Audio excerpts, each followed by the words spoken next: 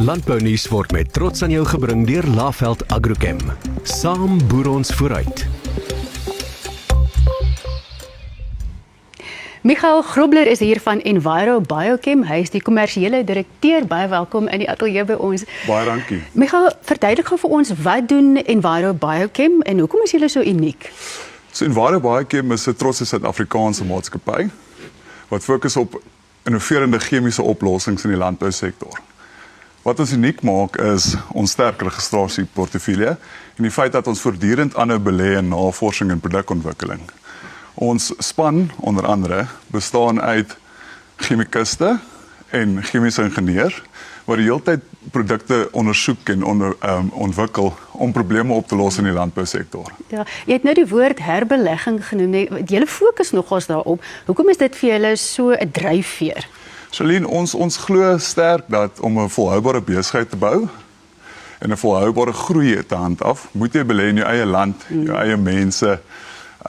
En deur om dit te doen, ondersteun jy ook sterk die lokale mark en jy skep werksgeleenthede, iets waar ons baie sterk voel. Ja, en dit help jou ook om relevant te bly hier, maar julle het ook 'n internasionale relevantie wat julle wil vestig. 100%. Ja. 100%. Wie en wat is Bloom Biologicals? Dit klink nogal vir my na 'n opwindende nuwe ding. So Bloom Biologicals is ons nuwe biologiese fokusarea, iets waar ons baie opgewonde is.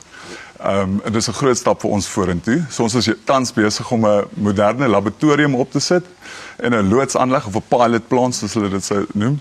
Hierdie fasiliteit sal ons in staat stel om van petri dish of petri skottel produkte tot op met kommersiële vlak te vat.